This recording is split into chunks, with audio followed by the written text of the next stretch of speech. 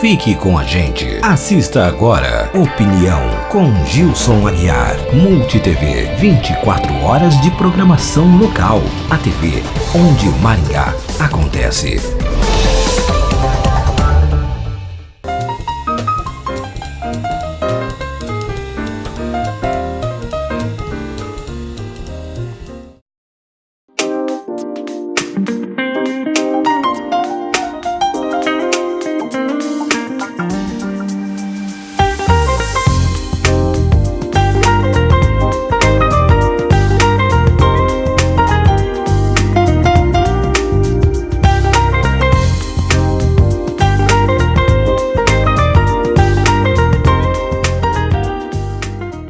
Meu caro telespectador, hoje eu vou conversar com um professor de Direito que resolveu pegar os seus alunos da universidade, pegar cadeiras de roda e fazer os alunos sentirem na pele o que são as pessoas portadoras de deficiência. Ter que buscar acessibilidade numa cidade como Maringá, que não é uma das cidades que tem a pior acessibilidade do país, até pelo contrário, dos índices nacionais que mostram a capacidade das cidades darem acessibilidade nos espaços urbanos às pessoas. Maringá não está lá entre as piores cidades. Mas o que ele demonstrou? E quando a gente fala, dentro da sala de aula, das dificuldades que o cidadão atravessa, é na prática, mostrando para os alunos na prática, vestindo um pouco a pele de quem a gente avalia, que a gente sente a dimensão do problema. E é exatamente com esse professor, que também é juiz da vara da família, eu estou aqui com o William Arthur Pussi. Doutor William, bem-vindo aqui à Opinião. Eu que agradeço essa oportunidade de estar aqui com você. Eu queria perguntar um pouquinho, o senhor como professor de Direito Difuso, como é que foi a ideia de pegar os seus alunos e levar para a cidade, para eles incorporarem a situação de uma pessoa portadora de deficiência? Bem, há tempo eu tenho sentido de que os alunos de Direito, acho que de todos os cursos hoje, mas especificamente no Direito, eles estão muito vinculados à sala de aula. Estão muito preocupados em, primeiro, passar na OAB. Hoje, quando o aluno entra na faculdade, a preocupação dele é a OAB. Segundo, passar em concursos. Estão esquecendo-se do lado de que nós temos uma função social. Nós somos os formadores de opinião, nós temos que sentir a sociedade para ajudá-la e não só extrair algo dela. Quando nós falamos em aqueles que precisam de acesso, ou quando nós falamos do Estatuto da Criança e do Adolescente, aí os alunos eles viram, mas como que é realmente ser um cadeirante? Aí pensamos, vão sair da sala e vão para a rua. No começo eles ficaram um pouco assustados e não acreditavam que nós íamos fazer isso, mas a faculdade incentivou, os demais professores apoiaram a ideia, aí nós conseguimos algumas cadeiras emprestadas, o que já foi difícil. A dificuldade começou aí, conseguir cadeiras de roda. Por que, doutor? Por que foi difícil? Não, isso começa por aí. Uma cadeira é cara. E às vezes as pessoas ficam tendo dificuldade de acesso, não pelo resto da vida, mas por um tempo determinado. Aí vão alugar uma cadeira. E não tem muitos lugares que alugam isso, são poucos. E o material, a cadeira que nós sentimos também, a cadeira não é uma cadeira de primeira qualidade. As cadeiras são frágeis. E nós conseguimos essas cadeiras em alguns hospitais, os alunos conseguiram no hospital, em algum hospital aqui de Sarandi, eles nos emprestaram a cadeira e fomos à rua.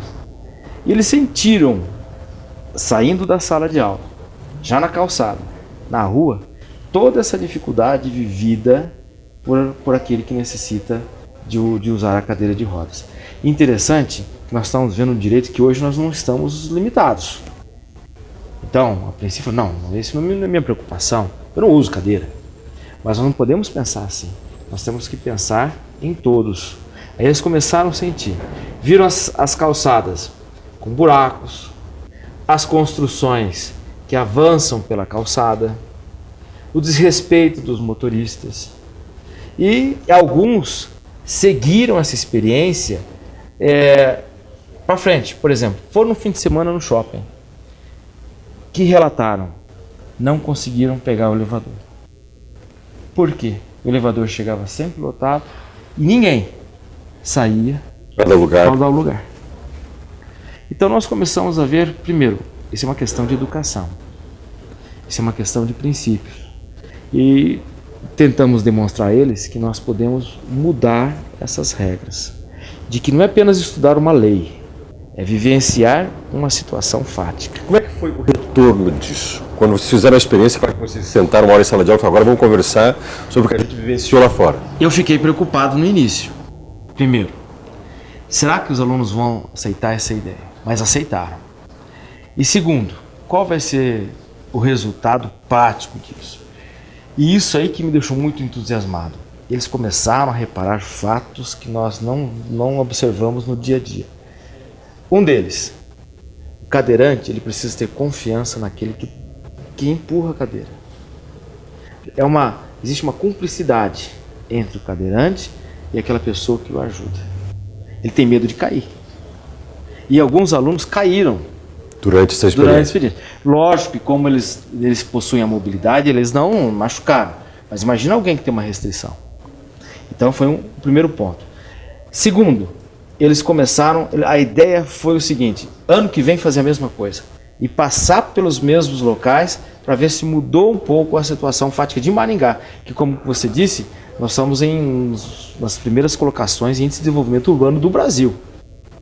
Só então, que isso não significa que a gente já conseguiu resolver esse problema da acessibilidade. É um problema simples a princípio. Exatamente. Né? E outra, não é só ter rampa. As rampas, às vezes, são inacessíveis. O grau de inclinação não permite que o cadeirante... Essa é uma questão que eu queria perguntar para você. A força que uma pessoa tem que ter para conduzir uma cadeira. Né? Eu tive uma experiência rápida quando eu tive que fazer uma cirurgia na perna. Eu me senti assim, com uma dificuldade imensa de ter condições de poder autônomas de movimentar. Não consegue. Uma pessoa sozinha não consegue andar de cadeira de rodas. Não consegue. Isso eu posso afirmar. Nós passamos umas calçadas com umas rampas bonitas, mas ninguém conseguia subir com a cadeira. E isso nós estamos falando de alunos com 20, 22 anos, que estão no auge da força física, sem limitação nenhuma, né? E não conseguiram. Então, passou essa ideia, as dificuldades e mais, é que eu falo sempre para eles. Quem que irá nos substituir? São eles. O juiz não é eterno, vai ter que vir um juiz no lugar. Você não é eterno, alguém vai estar aqui no teu lugar. E qual a pessoa que estará aqui? Pode ser melhor ou pior que a gente. Lógico. Eles vão substituir. Espero que não seja tão já, não tempo pra gente, né? Mas eles precisam ter essa visão social e que a visão de que o mundo não se restringe a uma lei, que o mundo não se restringe a uma sala e que o mundo se restringe a um gabinete. A discussão entre eles, quando a gente pensa nesse aspecto, por exemplo, da mobilidade, eles passaram a ver esse problema de forma diferente. Alguns deles começaram a se despertar um pouco mais para tentar até desenvolver na própria instituição um trabalho, uma pesquisa em relação a isso. Com certeza. Começaram já a fazer esse projeto e tanto que nós temos um outro projeto agora. Nós estamos agora estudando o Estatuto da Criança e Adolescente. E nós vamos visitar, fazer uma visita, aproveitando agora o mês de outubro, a uma instituição de crianças para adoção. É uma experiência que eu tenho certeza que será marcante para eles. Mas não é chegar lá e levar uma bala para eles. Não é isso. É verificar como se encontra aquela criança que já está fora aquela área de que as pessoas querem adotar. O padrão, o perfil da criança. É aquela criança hoje de 8 anos, é aquela criança com deficiência, é aquela criança que, não, esse eu já não quero mais adotar. Nós vamos tentar entrar nesse meio. Eu já fui juiz da infância e era uma das experiências mais tristes ir nesses lugares. Por quê? A criança agarra na gente e fala assim, tio, me adota. Me adota. É impressionante. O coração da gente não aguenta mesmo. E eu quero que eles sintam isso. Então essa é a próxima prática que nós vamos fazer. Não uma visita de levar brinquedo. Isso é um disfarce. É legal levar brinquedo para as crianças. Ótimo. Mas não é isso que nos interessa. É um outro lado. Agora eu queria comentar um pouquinho sobre isso. Acho que eu tocou num assunto importantíssimo. A formação de um profissional na área de direito vai atuar em uma série de campos hoje que envolvem muitas relações sociais, problemas sociais. A gente já tem no STF, sempre na manchete dos principais meios de comunicação, como uma instituição que tem, ao mesmo tempo, que uma credibilidade imensa da população, mas também, de vez em quando, você tem lá um ministro do STF sendo mostrado como alguém que tem seus deslizes. Você tem na mão dos juízes muitas decisões de peso importantes, que a sociedade busca como referência. E o juiz é humano, é um ser humano. E sendo um ser humano, ele é passível de falhas humanas. Né? Mas nós temos, às vezes, o juiz como um ser absoluto, superior. Na hora que você forma o advogado, você forma o promotor, falta um pouco dessa capacidade que o senhor tenta mostrar um pouco para os alunos, eles vivenciarem as pessoas com as quais eles estão lidando, entenderem um pouco, se colocar no lugar das pessoas, vamos dizer assim, que você acaba tendo que decidir o destino delas. Com certeza, né?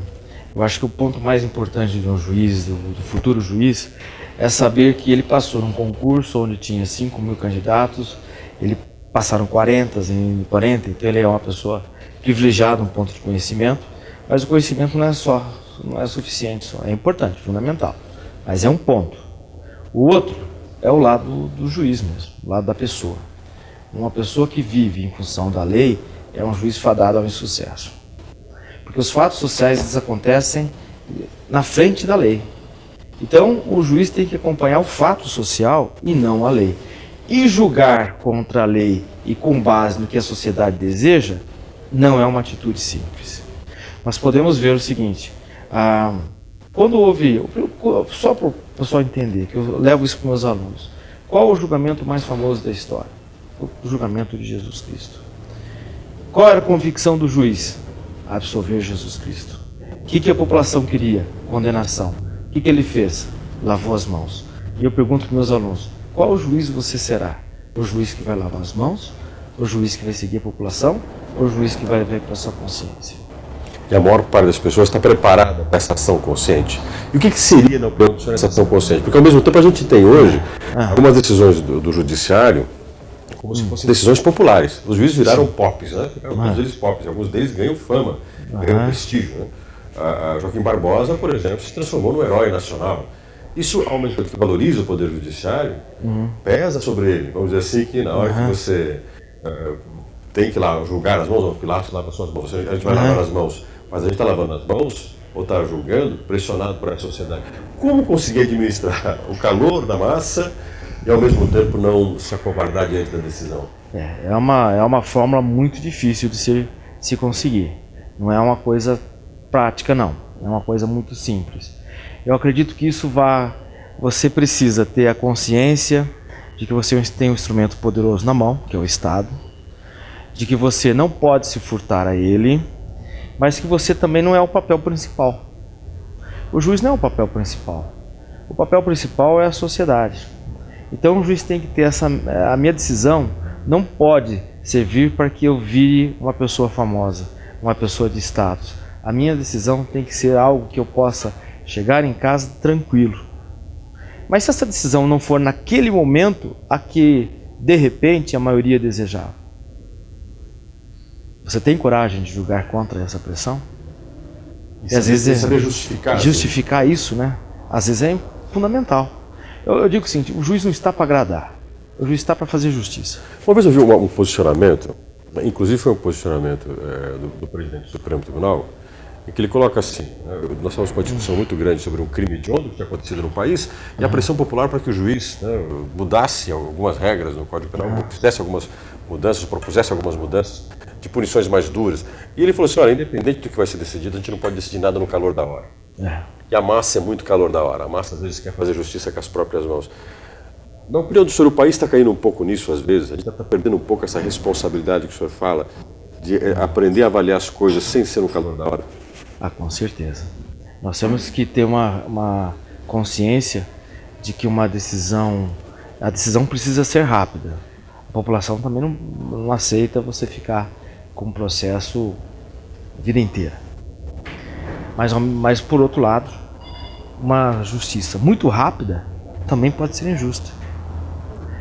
Assim como se diz que justiça demorada não é justiça, uma justiça rápida demais também pode não ser justa. Então você tem que saber lidar com essa dificuldade, não ter medo de decidir, não ter medo que sua decisão, enfrentar a sua decisão, saber que ela vai provocar consequências e lidar com as consequências. Eu acho que esse é o ponto principal. Nós sabemos que nossa vida, tudo que nós fazemos na vida gera consequências e não fugir delas. Ou seja, ter maturidade, essa maturidade que talvez esteja faltando. É fundamental essa maturidade na magistratura. Hoje tem juízes, entram muito jovens e capazes. Mas certa vez eu li que a experiência é um defeito que o tempo sempre nos traz, né? Não adianta. Eu entrei na magistratura novo, com 26 anos. Semana eu fiz 21 anos de carreira. E eu tenho certeza hoje que talvez algumas decisões que eu tomei lá atrás eu poderia tomá-las diferente. Não que estejam totalmente erradas, mas talvez a forma. Né? A forma de se expressar, a forma de pensar. Eu lembro um conselho do meu pai, que não atuou na área jurídica, mas sempre falava para mim: olha, cuidado antes de falar rápido demais, hein? Pensa 2 vezes antes de dizer. Isso acho que é importante.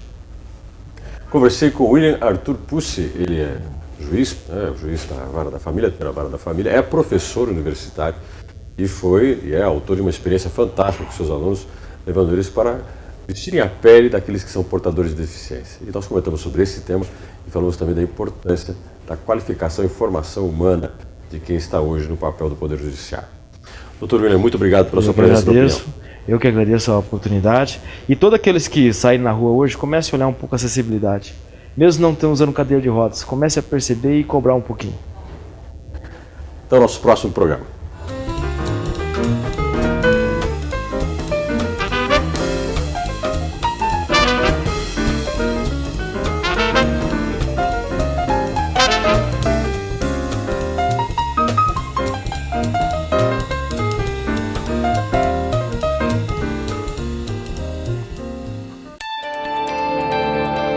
Você assistiu Opinião com Gilson Aguiar. MultiTV, 24 horas de programação local. A TV onde Maringá acontece.